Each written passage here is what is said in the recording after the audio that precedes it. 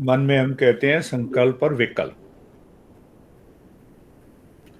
और मन से तो भाव उठे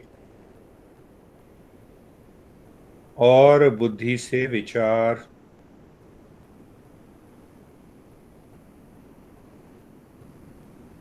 तो होता क्या है कि मन जो है हमारे प्रेम को और भाव को बांट देता है। ये पति है, ये पत्नी है, ये पिता है, माता है। और विचार भी हमें बांट देता है।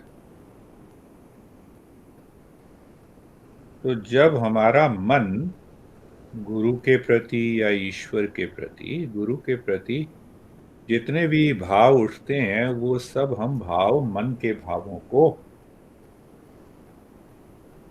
गुरु की तरफ मोड़ देते हैं। अब गुरुदेव की तरफ मोड़ने का क्या मतलब है कि मन में जो भी भाव उठे वो हमने हमारे मन में, तुम वहां जा रहे हो रहने के लिए, हाँ ठीक है, मन में जो भी भाव उठे कि गुरुदेव ये भी आपका है, मन में ही गुरुदेव ये भी आपका है, ये भी आपका है, भाव भी और विचार भी। बस मन में ही कह दिया।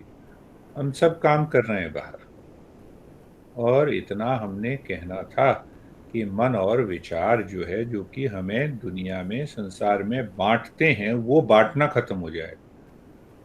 और बांटना जैसे ही खत्म हो जाएगा, मन और बुद्धि जो है वो एक साथ ईश्वर गुरुदेव के चरणों में समर्पित हो जाएगी। समर्पण ये थोड़ा है कि पैर पकड़ लेना। गुरुदेव मेरे को कई बार कहते थे, कहते बहुत हो गया, पैर पकड़ लिए, ये तो शरीर का है, ये शुरुआत है, वो भी करना है। पर मेन बात ये है कि मन और बुद्धि, ये दोनों, भाव और विचार, ये दोनों पूरी तरह से समर्पित हो जाए। ये मेन बात है। तो उसमें क्या होगा? तो मन के अंदर जो इच्छाएं भरी पड़ी हैं वो हमें संसार की तरफ ले जाती हैं। वो संसार की तरफ नहीं ले जाएंगी, वो गुरु की तरफ ले जाएंगी। और गुरु को हमने माना है, जाना है कि वो एक आध्यात्मिक ईश्वर स्वरूप है। तो मन और बुद्धि जो है ये दोनों ईश्वर की तरफ समर्पित हो जाएंगे। ये भाव होता है गुरुदेव का। जो कहते हैं ना, क्या है उसमें,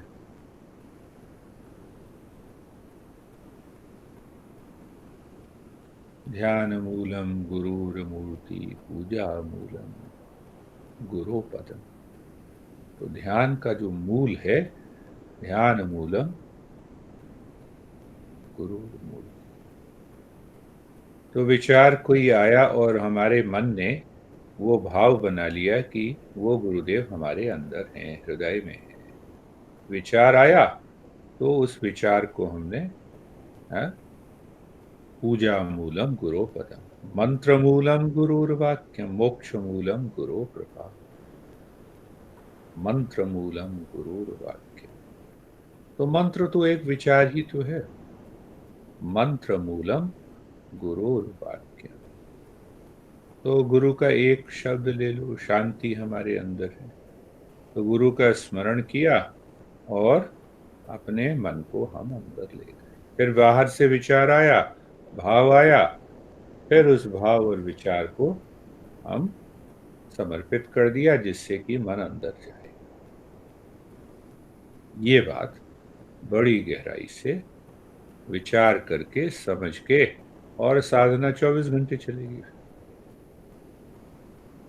तो अब क्या हुआ इसमें कि जो प्रेम हमारा किसी वस्तु के प्रति है, किसी व्यक्ति के प्रति है, पति और पत्नी के प्रति है, उस प्रेम को हमने गुरुदेव को अर्पण कर दिया। वो इसीलिए किया कि मन खाली हो जाए, शुद्ध हो जाए। देखो, जितने भी हम धर्म की बात करते हैं तो धर्म में क्या कहते हैं कि इन विचारों का त्याग करना है, इन विचारों का विरोध करना है। त्याग नहीं, विरोध करना है। कौन से विचारों का? कि मन किसी वस्तु से बाहर भाग रहा है, तो उसका विरोध करके हमने गुरु की तरफ लगा दिया।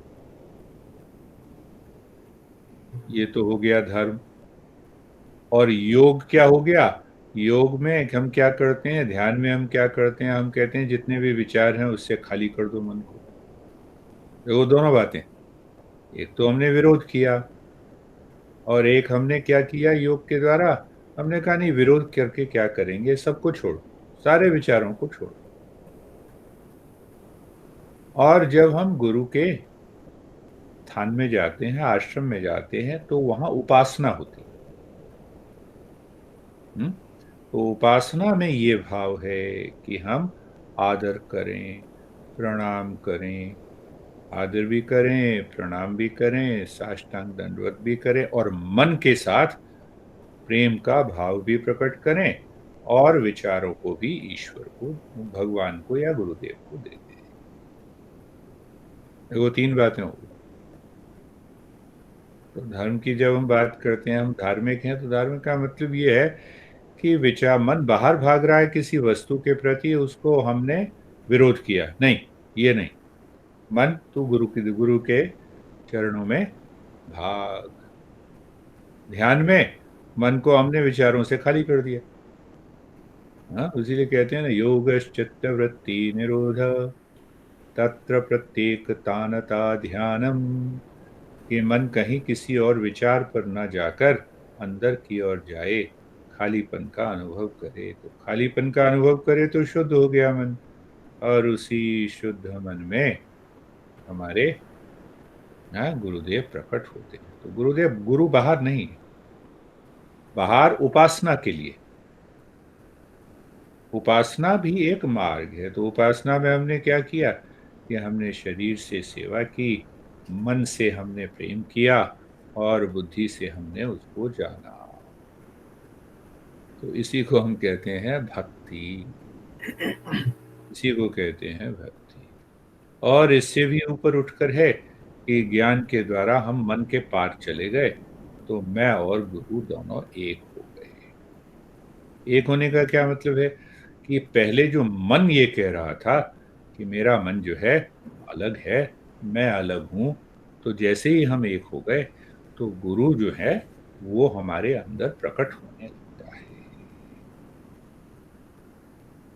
गुरु हमारे अंदर वो प्रकट होने लगता है। ये भाव ऐसा हमारे शास्त्रों में लिखा है।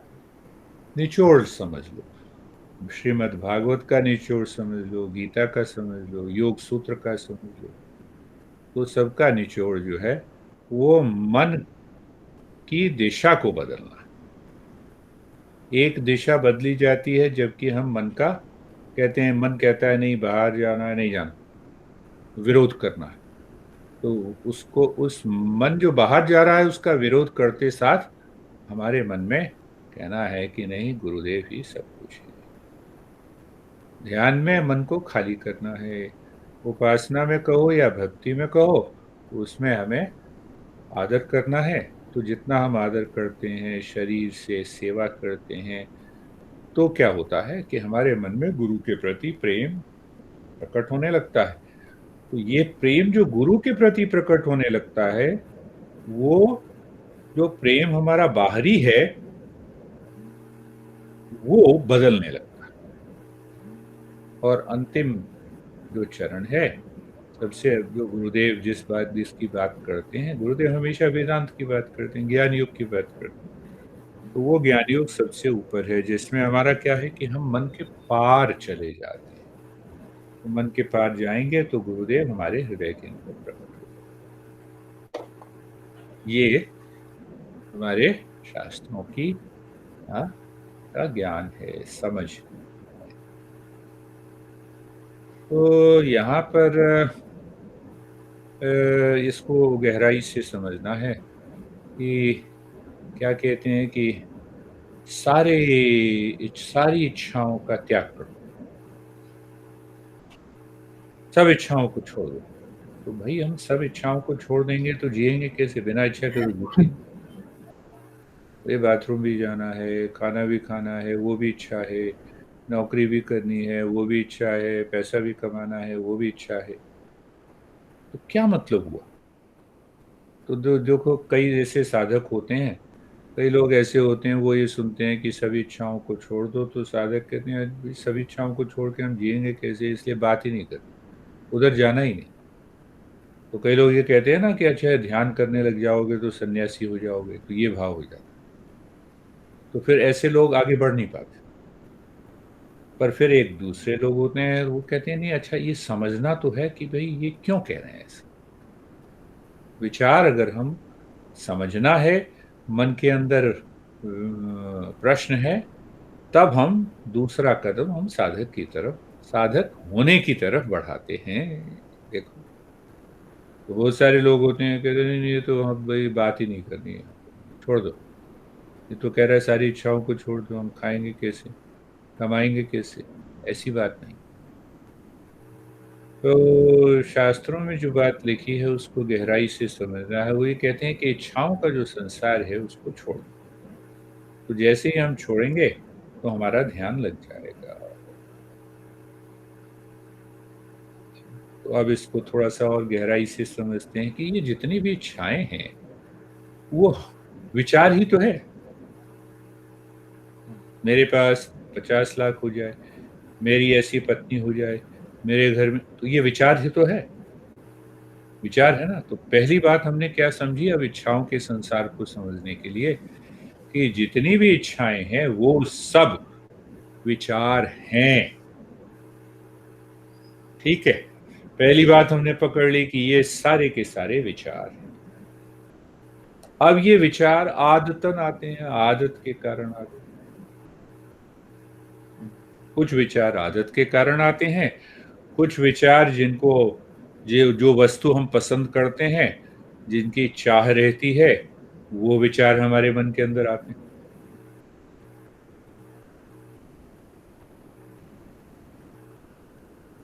तो होता क्या है कि ये सारे के सारे विचार चौबीसों घंटे हमारे मन के अंदर चलते रहते हैं, निचले स्तर पे चलते रहते हैं। जिनके जिन वे वस्तुओं के प्रति, जिन व्यक्ति के प्रति हमारी इच्छाएं होती हैं, ये विचार 24 घंटे चलते रहते हैं।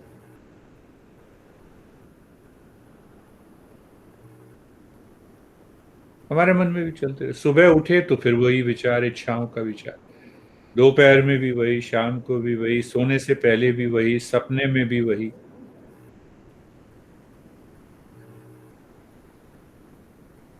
तो पहली बात हमने ये जानी कि मेरा मन जो है इच्छाओं के संसार के कारण भागता रहता है, 24 घंटे भागता रहता है। अब हम इन्हीं विचारों को दो भागों में बांटते हैं। देखो, समझना है। अच्छा मैं बाथरूम गया, ये भी तो इच्छा है, होके आ गया। तो क्या बाथरूम जाने का विचार मेरे मन के अंदर 24 घंटे घूमता है? नहीं घूमता। इच्छा हुई, ठीक है, हो गया। खाना खाया, खाना खा लिया, हो गया। कपड़ा अच्छा ये पहनना है, पहन लिया, हो गया। तो इसका मतलब दो तरह के विचार हो गए। एक विचार आए, इच्छा आई, और हमने वो काम कर दिया, और वो विचार चला गया मन से। ठीक है। और दूसरा विचार जो है वो काम पूरा होने के बाद भी चलता रहता, काम वासना का विचार। और इस तरह के बहुत सारे विचार हैं। विचार हमने कहाँ से शुरुआत की थी? इच्छा व्यक्त होती है विचार से। विचार दो प्रकार के होते हैं। तो कुछ ऐसे इच्छाएं हैं जो कि हम नियमित रूप से करते हैं, उनसे हमें कोई परेशानी नहीं होती। डेली नहाना है, खाना है, कपड़े पहनना है, ये सब इच्छाएं होती हैं। वो दोबारा मन के अंदर उठती नहीं, और जब जरूरत है तब उठी, वो रिपीट नहीं होती ना, मन को परेशान नहीं करती। तो इसका मतलब कि एक इच्छाएं ऐसी होती है जो मन को 24 घंटे पकड़े रहती हैं और परेशान करती हैं, और एक इच्छाएं ऐसी होती हैं जो कि हमने काम किया, खत्म हो गई कहानी। देखो, अपने मन को देखना, ये अपने मन को देखा, अच्छा ये बात है, तो फिर क्या करें? फिर क्या करें? तो इसीलिए गुरुदेव कहते थे कि सुनना ज़रूर पड़ेगा, श्रवण करना पड़ेगा, मनन करना पड़ेगा, धैर्य रखना पड़ेगा, तब जाके ये बात समझ में आएगी। तो अब थोड़ा-सा और आगे बढ़ें, तो थोड़ा-सा और आगे बढ़ें, तो उससे पहले देखो एक और बात बड़ी गहराई से समझनी है कि मन के अंदर अगर ये विचार 24 घंटे रहे, कौन-सा विचार? मनो बुद्धिरहंकार चित्तानि नाहम् न च श्रोत्रजिह्वै न च घ्राणनेत्रे न च व्योमभूमिर्न तेजो न वायु चिदानंदरूप शिवोहम शिवोहम। तो इसमें क्या विचार ही तो है, मंत्र है, मंत्र कहो, हाँ, श्लोक कहो, सारे श्लोक मंत्र ही हैं। तो उसमें क्या कहा है, ये विचार मेरे मन के अंदर अगर ये रहता है, क्या विचार? कि मैं ना तो मन हूं, ना बुद्धि हूं, ना अहंकार हूं, न च श्रोत्रजिह्वै न च घ्राणनेत्रे न च व्योम भूमिर्न तेजो न वायु। ना मैं ये इंद्रियां हूं, ना मैं कर्मेंद्रियां हूं, ना मैं ये पांचों तत्व हूं। तो मैं क्या हूं? चिदानंद रूप शिवोहम शिवोहम। तो मेरे मन के अंदर ये विचार है कि मैं तो चिदानंद रूप हूं। हाँ, मैं सच्चिदानंद हूं, मैं गुरुदेव का दास हूं, ये भी भाव रख सकते हो। मैं ये हूं, मैं शरीर नहीं हूं, मन नहीं हूं, बुद्धि नहीं हूं, अहंकार नहीं हूं, इंद्रिया नहीं हूं। तो ये विचार अगर मन के अंदर हैं, तो ये उन सब विचारों को काट देगा जिससे कि हमारा मन परेशान होता है। इसीलिए इसीलिए हमें गाना है। गाना इसीलिए नहीं है कि सिंगर बनना है, इसलिए सिंगर बनना नहीं है, सिंगर नहीं बनना। कि चाहे अगर हमारा हम गाते हैं और हमारा गाना, हाँ, किसी को पसंद नहीं आए पर मेरे मन को पसंद आए, कि मेरे मन के अंदर जो ये बैठ जाए। ये देखो क्या हुआ, जैसे मनो, हाँ, मनो, तो उसके बाद और देखो कि और क्या है। न च प्राण संगो न वै पंचवायु न वा सप्त धातु न वा पंचकोश न वाक् पाणिपादं न चौपस्थपायु चिदानंद रूप शिवोहम शिव। अध्यात्म की यात्रा, ध्यान की यात्रा होती है शुरुआत कान से, सुनना, गुरु से सुनना, पढ़ना, मनन करना, कान से ही शुरू हो। तो अब हमने ये सुना, न च प्राण संगो न वै पंचवायु न वा सप्त धातु न वा पंचकोश न वाक पाणिपादम न चौपस्थ पायु। एक रूस की गुड़िया होती है, तुमने देखी होगी, तो उसमें रूस की ही कहते हैं डॉल। तो उसमें क्या होती है कि ये सबसे छोटी होती है, फिर उसके ऊपर उससे बड़ी होती है, फिर उससे ऊपर उसकी बड़ी होती है, और खोलते जाओ, सबसे ऊपर वाले को खोलेगा, फिर नीचे छोटी गुड़िया, फिर उसके नीचे छोटी गुड़िया, फिर उसके नीचे छोटी गुड़िया। तो उसी प्रकार से हमारा जो हृदय स्थान है, उसको खोलने के लिए इन 5 कोशों से बाहर जाना होता है। 5 कोश कौन सा हो गया? एक शरीर का, स्थूल शरीर का, एक ऊर्जा का जिसको प्राणमय कोश कहते हैं, एक मनोमय कोश हो गया, विज्ञानमय कोश, आनंदमय कोश, और उसके बाद हमारा हृदय के गहराई के अंदर हम, हमारा जो सच्चिदानंद बैठा हुआ है। तो यहाँ भी विचार वही है कि ये सब मैं नहीं हूं, ये पांचों कोश नहीं, पांचों कोश नहीं हूं। तो ये विचार रखो मन के अंदर। ये विचार, जो विचार हमारे मन को परेशान करते रहते हैं, 24 घंटे रहते हैं, दौड़ते रहते हैं, तो मन की दौड़ कम होगी। मन की दौड़ कम क्यों होगी? क्योंकि वो सारे विचार ऐसे हैं, वो इच्छाओं का संसार है। और फिर इच्छा 2 प्रकार की हुई, ये हमने पहले समझ लिया। तो अब इस इच्छा को हमने जन्म दिया कि क्या हूँ मैं? चिदानंद रूप शिवोहम शिवोहम, चिदानंद रूप शिवोहम शिवोहम। हाँ, ये देखो। तो अब और थोड़ा-सा इसी विचार के ऊपर आगे बढ़ते हैं कि जितने भी हम कर्म करते हैं, जो भी हम काम करते हैं, वो बिना विचार के कर ही नहीं सकते। पहले विचार आएगा, चाहे वो छिपा हुआ, और विचार में इच्छाएं हैं। और इच्छाएं कहाँ से आती हैं? ऐसी इच्छाएं जिनसे कि मन 24 घंटे परेशान रहता है, ये इच्छाएं अज्ञानता से आती हैं। तो हमने विषय क्या लिया था? सारे गुरु कहते हैं कि इन इच्छाओं को त्याग दो, तब जाके ध्यान में मिलेगा प्रवेश। पर इसका ये मतलब नहीं है कि हमने ऐसी इच्छाओं का भी त्याग कर दिया जो कि आम जीवन के लिए जरूरी हैं। नौकरी करनी है तो उसमें दूसरा सूत्र याद है कि नित्य और नैमित्य कर्म करना है। नित्य कर्म नैमित्य कर्म तो करना ही है, कुछ भी हो जाए। कुछ भी हो जाए तो नित्य और नैमित्य कर्म जब हम करते हैं तो हमें धीरे धीरे मन बदलने लगता है, उस अज्ञानता से हटने लगता है। तो आज की चर्चा में हमने क्या समझा कि इसका मतलब सारे कर्म बिना विचार के नहीं आते, विचार बिना इच्छाओं के नहीं आती, और ये इच्छाएं अज्ञान के कारण उठती हैं। तो ऐसी इच्छाओं का त्याग जो अज्ञान के कारण उठी हैं, उनको छोड़ देना, जिनसे मन परेशान रहता है।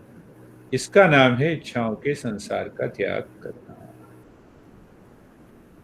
तो इसका मतलब क्या हुआ? इसका मतलब मैं ये देखूं कि शुभ विचार कौन सा है।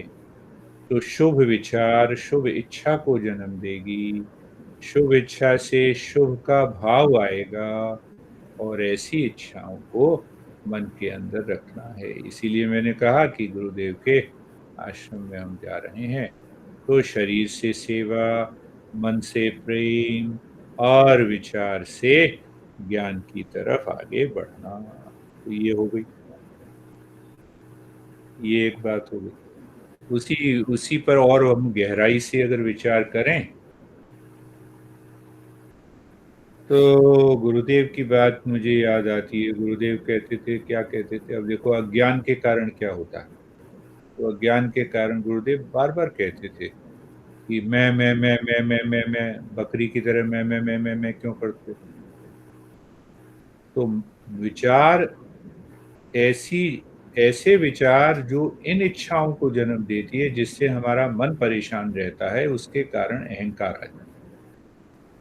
तो उस अहंकार को ही गुरुदेव कहते थे, देखो मैं बकरी की तरह मत करो। मैं इस मैं को हटाओ। तो इस मैं को अगर हम हटा देंगे तो मैं को हटाने का प्रयोग भी इच्छाओं का त्याग है। हाँ, गुरुदेव की बात मुझे याद आ रही। वो हाँ, वो एक बात हो गई। तो अब हम देखते हैं, अब और आगे बढ़ते हैं। विषय क्या है?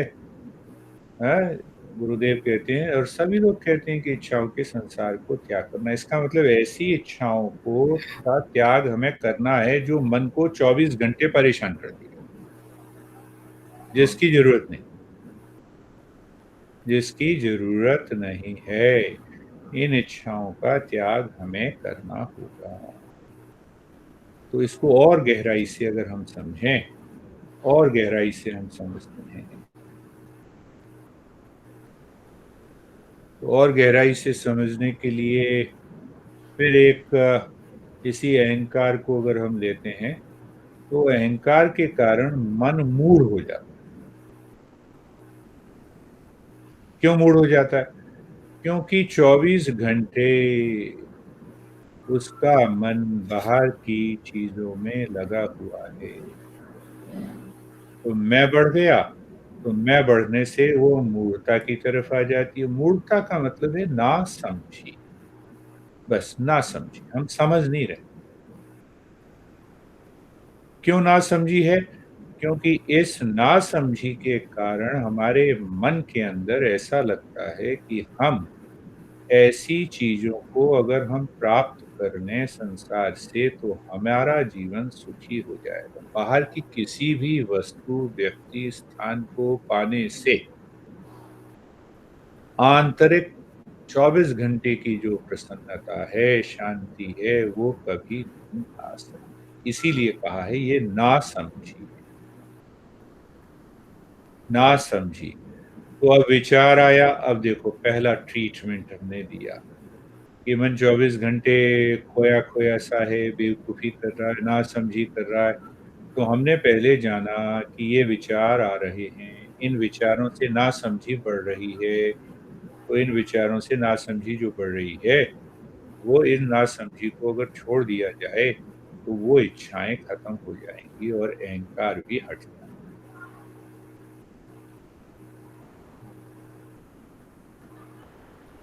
अब इसी में एक बात और, तो गुरुदेव एक और बात बताते थे मुझे, एक-एक बात उनकी याद हमेशा आती है, इतनी दूर रहते हुए भी। तो तुमने भी सुनी होगी, गुरुदेव ये कहते थे कि अच्छा ऐसा करो ना कि ट्रस्ट क्या होता है? ट्रस्ट, ट्रस्टी, ट्रस्टी, ट्रस्टी का मतलब ये है कि मैं उस ट्रस्ट का अधिकारी हूँ, पर जो भी उसमें धन है, सामान है, वो मेरा नहीं है। मैं ट्रस्टी हूँ, अधिकारी हूँ। मैं उस धन का उपयोग एक ट्रस्टी के तौर पे करूँगा, ये समझते हुए कि ये मेरा नहीं है, तब मैं उपयोग करूँ, ठीक है? जैसे कैशियर, कैशियर जानते हो? कैशियर लाखों रुपए गिनता है, पर कभी वो ये समझ के नहीं गिनता है कि ये मेरा है। और वो कैशियर कैश को अपने पैसों से भी ज़्यादा सँभाल के रखता है। अब देखो, अब इसी बात को हम जीवन में अपना लें कि ये शरीर, मन, बुद्धि, अहंकार ये सब ईश्वर के हैं और मुझे ट्रस्टी की तरह काम करना है, इनका उपयोग करना है, ये मेरे नहीं। बस, ये मेरे नहीं हैं, जिससे कि अहंकार टूट जाएगा। अहंकार टूटेगा, तो मन जो बाहर भाग रहा है इन्हीं इच्छाओं की तरफ, जिससे कि मन 24 घंटे हाँ, मन व्यथित है, मन दुखी है, मन विचार पे विचार किए जा रहा है, वो सब श्रृंखला टूट जाएगी। वो श्रृंखला टूट गई, तो मन खाली हो गया। इसको कहा है इच्छाओं के संसार को त्याग देना। ये नहीं कहा है कि नौकरी करना त्याग देना, हाँ? पति है तो पत्नी को छोड़ देना, पत्नी है तो पति को छोड़ देना, उससे कुछ नहीं। तो हमने क्या किया? अब देखो इसमें एक बात और जोड़ दो कि अब हम ट्रस्टी हैं, तो ट्रस्ट किसका है? भगवान का है, गुरुदेव का है। तो हे गुरुदेव, ये सब आपका है। वो हम करते हैं ना प्रार्थना क्या? हे मेरे गुरुदेव करुणा सिंधु करुणा की, तुम अधमाधीन अशरण अब शरण। तो हम गुरु को अपने मन में ही कह रहे हैं सब कुछ तो तुम्हारा है ही, सब कुछ तुम्हारा है, तो अब मुझे भी अपनी शरण मिलेगी। यहाँ से प्रेम गुरु के प्रति अंदर से प्रेम उठता है। ये प्रेम साधना है, ये असली साधना है। बाहर ठीक है, बाहर सेवा करना, जाना आना ये सब ठीक है, पर ये यहीं पे नहीं टिकते रहना, यहीं पे नहीं पकड़े रहना, इससे आगे बढ़ना, इससे ऊपर उठना है, अपने मन को संभालना है। तो विषय क्या था? इच्छाओं के संसार को त्याग देना। तो इस प्रक्रिया से भी हम अपने मन को खाली कर सकते हैं। इससे भी हम खाली कर सकते हैं। अब और थोड़ा-सा गहराई से आगे बढ़ें, इसको समझें कि हम इस तरह से समझें कि इच्छाएँ 2 प्रकार की हों। एक इच्छाएँ जो हमें बाँध देती हैं और एक इच्छाएँ जो हमें मुक्त कर देती हैं। अरे! बाथरूम लगा हुआ है तो बाथरूम जाना है, ये इच्छा है, मुक्त हो गई। उसके बाद विचार खत्म। भूख लगी है, खाना खा लिया, विचार खत्म। अब 4-5 घंटे के लिए मन में वो विचार नहीं आएगा ना, खाना खा लिया भई, अब नहीं खाना, खत्म हो गया। तो इसने बंधन नहीं दिया ना। हुँ। और एक विचार ऐसा हुआ जो हमें बाँधती है।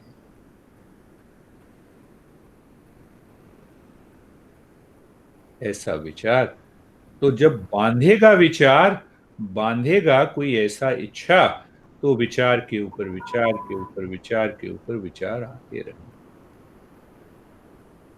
क्या हुआ, आज बॉस नाराज़ हो गया, पता नहीं नौकरी से निकाल देगा, नहीं निकालेगा। फिर क्या हुआ, कैसे हुआ? अब बस मन दुखी भी है, मन विचार भी कर रहा है, मन डरा भी हुआ है।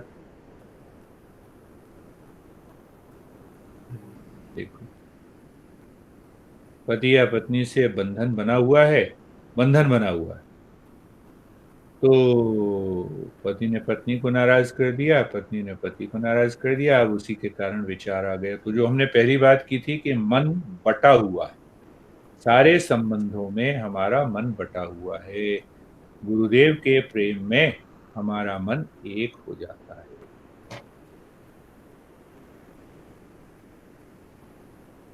फिर वहीं पर बात आते हैं कि इच्छाएँ 2 प्रकार की होती हैं, एक बाँधती हैं, एक हमें स्वतंत्र कर देती हैं। तो गुरु के प्रति प्रेम की इच्छा हमें स्वतंत्र करती है, बाहर जितने भी संबंध हैं, उनके प्रति जो प्रेम है वो बाँटती है।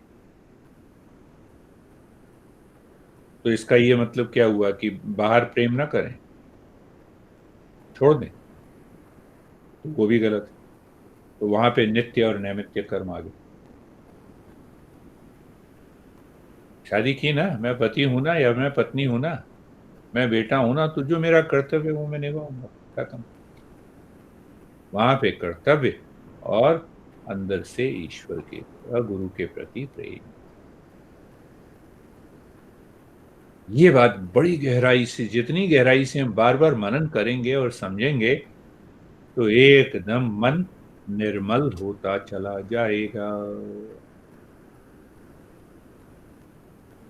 अब देखो एक और इसी में बात बंधन की आती है, तो इस बंधन पहले ऐसे इच्छाओं को कैसे जाने कि जो हमें बांधती हैं? सिंपल साधारण सा तरीका है कि यदि हमारा मन किसी विचार के पीछे बार-बार भाग रहा है, उसमें आसक्ति है, उसमें डर है, उसमें दुविधा है, तो इसका मतलब ये विचार हमें बांध ही तो रहे हैं, इसीलिए तो इस तरह के विचार आ रहे हैं। खाने का भूख लगी, खाना खाया, उसके बाद ये विचार तो हमें नहीं बांधता।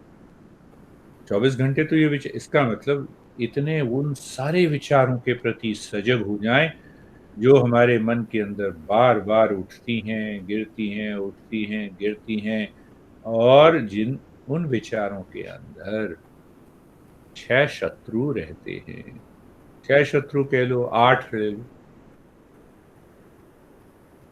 तो उस विषय या उस व्यक्ति का चिंतन, चिंतन से आसक्ति, आसक्ति से इच्छा, इच्छा से मन का बाहर जाना, शांति की खोज करना। तो मन शांति की खोज बाहर करता है, इसी को कहते हैं भ्रम। तो भ्रम के कारण अहंकार पैदा हो जाता है और फिर अहंकार से ईर्ष्या भाव। तो ये 6 शत्रु हो गए।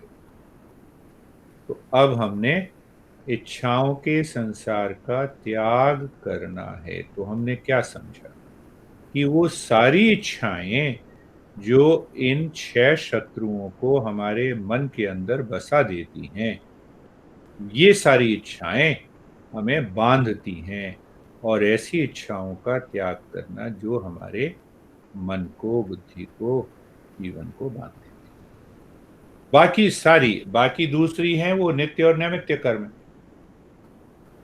तो वो तो हमें बांधती नहीं है, हमें काम करना है, कर्म करना है। ये देखो, हाँ, आज तुमने बात की तो मेरे, हाँ, मन में ये बड़ी, हाँ, इसका विवेचन अगर हम करने लग जाएं मन के अंदर गहराई से कि अच्छा आज सुबह से शाम तक कौन सी इच्छाएं बार बार दोहराई गई मेरे मन के द्वारा, तो तुम पाओगे कि वो क्योंकि दोहराई गई, जिससे कि मन, हाँ, मन ने बंधना शुरू कर दिया। मन ने बंधना शुरू कर दिया तो ये 6 शत्रु हमारे मन के अंदर फिर आते हैं और जीवन को, फिर जीवन में तनाव, विषाद, दुख, प्रेम को, दुख को भर, फिर याद करें कि हम क्या देगा। हमारे मनीषियों का वचन है कि इच्छाओं के संसार का त्याग करना जरूरी है जब तक हम अध्यात्म में प्रवेश नहीं कर पाएंगे। तो एक अनर्थ भाव क्या होगा? अजय, जब सब कुछ ही छोड़ना है तो फिर मैं तो छोड़ने वाला नहीं हूं, ये अनर्थ का भाव। तो विचार, सारे गुरुदेव भी बार बार कहते थे कि विचार करो, सारे संत मुनि कहते हैं कि भाई विचार करना है, गहराई से समझना है। तो हम कहाँ पहुंचे कि ऐसी इच्छाएं जो हमें बांधती हैं और ऐसी इच्छाएं जो हमें मुक्त कर देती हैं। भूख से मुक्ति हो गई, खाना खाया मुक्ति हो गई, खत्म हो गया। पर अगर हम अब ये सोचो, खाने में क्या ऐसी इच्छा है जो हमें बांधती है? हाँ, बांधती है। नहीं, मुझे तो पास्ता ही पसंद है। मुझे याद है, मैं नाम नहीं लूंगा, कि मुझे वो क्षण याद आता है, 86 87 की बात है, जब हम गंगोत्री में थे और सारे गुरुदेव के बड़े ऊंचे ऊंचे शिष्य जो हैं वो भी थे, इसलिए मैं नाम नहीं ले रहा, बड़े बुजुर्ग हैं वो। तो खाना बन रहा था तो रोटी बन रही थी, दाल चावल सब, दाल बन रही थी, चावल नहीं बन रहा था। तो इन बड़े शिष्य ने जाके वो रसोइयों को कहा कि चावल भी बनाओ। तो उसने कहा नहीं बनाऊंगा, सब स्वतंत्र है। तो प्रवचन चल रहा था, बीच में ही उन महाशय ने कहा कि देखिए महाराज, हाँ, गुरुदेव को कहा, महाराज, मैंने कहा था रसोइयों को कि चावल बना लो, पर बड़ा हट कर रहा है कि चावल नहीं बना रहा। तो गुरुदेव ने ये कहा कि भाई हट तो तू भी कर रहा है कि चावल बना लो, तो एक दिन बिना चावल के भी चलेगा। ऐसे मन के अंदर भाव है? इतने साल हो गए तुम्हें मेरे साथ रहते हुए, फिर भी ये हट कर रहे हो? बड़ी पते की बात। देखो, तो भोजन में भी हम अपने आप को बांध देते हैं। बड़े बुजुर्ग हैं वो, गुरुदेव के बहुत बुजुर्ग हैं, मैं नाम नहीं ले रहा। मैं वही बैठा हुआ सुन रहा था, मैंने कहा ये बात तो बड़ी पते की है, बहुत पते की है, कि मैं अगर किसी तरह का हट करता हूं, इसका मतलब मैंने मन को बांध लिया उस इच्छा में। खाना ही तो है, रोटी खाओ चावल खाओ, और एक ही दिन तो है, एक दिन रोटी भी खा लो। मुझे बड़ी अभी भी याद है वो बात, उसने मेरे विचार को, मेरे मन को बहुत गहरा प्रभाव डाला। हाँ, नाम नहीं लूंगा, नाम लेने की जरूरत नहीं है, तो ऐसे समझने की जरूरत है। तो चुप हो गए फिर वो, एकदम, पता नहीं वो क्या समझे, पर मेरे को, मेरे मन के अंदर उसका प्रभाव बड़ा गहरा पड़ा। तो अब थोड़ा सा और देखो, आगे बढ़ते हैं इसमें कि अब इस पर अगर हम विचार करें तो यही निष्कर्ष निकलेगा। किस प्रश्न पर विचार करें कि भाई मेरा मन इतना भागता क्यों है, 24 घंटे क्यों भागता रहता है, क्यों भूल जाता है, क्यों भ्रम में रहता है? करोड़ों विचार एक दिन में उठते। तो मन के भागने का मतलब क्या है कि करोड़ों विचार, एक विचार आया, फिर दूसरा आया, फिर तीसरा आया, फिर चौथा आया। तो विचार का मतलब क्या हुआ? विचार का मतलब ये हुआ, अगर इसकी हम मैथमेटिकल इक्वेशन बनाए तो विचार का मतलब क्या है? विचार बराबर है विषय जमा मैं।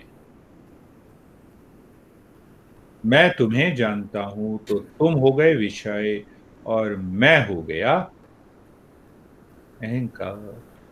तो विचार में दो बातें बड़ी, एक तो विषय और एक मैं। तो विषय क्या हुआ? विषय व्यक्ति भी हो सकता है, विषय संबंध भी हो सकता है, विषय पैसा भी हो सकता है, विषय भोजन भी हो सकता है, कुछ भी हो। विषय संसार। और मैं, अब इस पर विचार करना है, अब इस विचारों के बंधन से छूटना है। तो ये विचार करना है कि ये विषय जो है, विषय का मुझे पूरा ज्ञान है। अब विचार करते हुए बुद्धि से विचार करना है और निष्कर्ष निकालना है और तय करना है। उसी प्रकार दूसरी बात, मैं हूं कौन, इस पर विचार करना। तो गुरुदेव बताते हैं मैं तो सच्चिदानंद। तो सच्चिदानंद जो है किसी भी बाहरी विषय से आसक्ति नहीं रखता। विचार का तो यही मतलब है ना। विचार का मतलब हुआ विषय और मैं। दो बातें हुई ना, एकदम दो भागों में बांट देना है विचार। मैं कहा, विचार कहाँ? तो विचार विषय, विषय है। विषय विषय खाना, देखो उन्हीं की बात बताई मैंने। तो ये अब ये दोनों पे विचार करना है कि मैं कौन हूं। आनंद और शांति प्रेम ज्ञान मेरे अंदर है, चलो मैं खत्म। अब विषय, तो मेरा मन क्या कह रहा है कि इस विषय में प्राप्त करने से मुझे शांति मिलेगी, पर शांति तो उस विषय में है ही नहीं। शांति तो मेरे अंदर है। अ, अ, अपने ढंग से समझना, मैं अपने ढंग से समझता हूं। तो जितना मनन करता हूं उतना और लगता है कि अरे ये तो चुटकी का खेल है। तो अब क्या हुआ देखो, कि नहीं मुझे तो चावल ही खाना है, बड़ा चावल मैं इतने दिनों से खा रहा हूँ, चावल से मेरा पाचन तंत्र ठीक रहता है, चावल से है मुझे प्रसन्नता मिलती है। अब देखो मैं को पहले ठीक कर लिया। मैं तो सच्चिदानंद शांति प्रेम ज्ञान आनंद मेरे अंदर। अब चावल को देखा, तो भाई इस चावल में अगर शांति रहती, प्रसन्नता रहती है और ये गुण रहते जिससे कि कब्ज नहीं होती, तो सब लोग चावल खाते। तो ये मन क्यों भाग रहा है? मन आसक्ति के कारण भाग रहा है। आसक्ति के कारण क्यों भाग रहा है? और आसक्ति के कारण भाग रहा है इसीलिए इस मन के अंदर हजारों करोड़ों विचार उठ रहे हैं।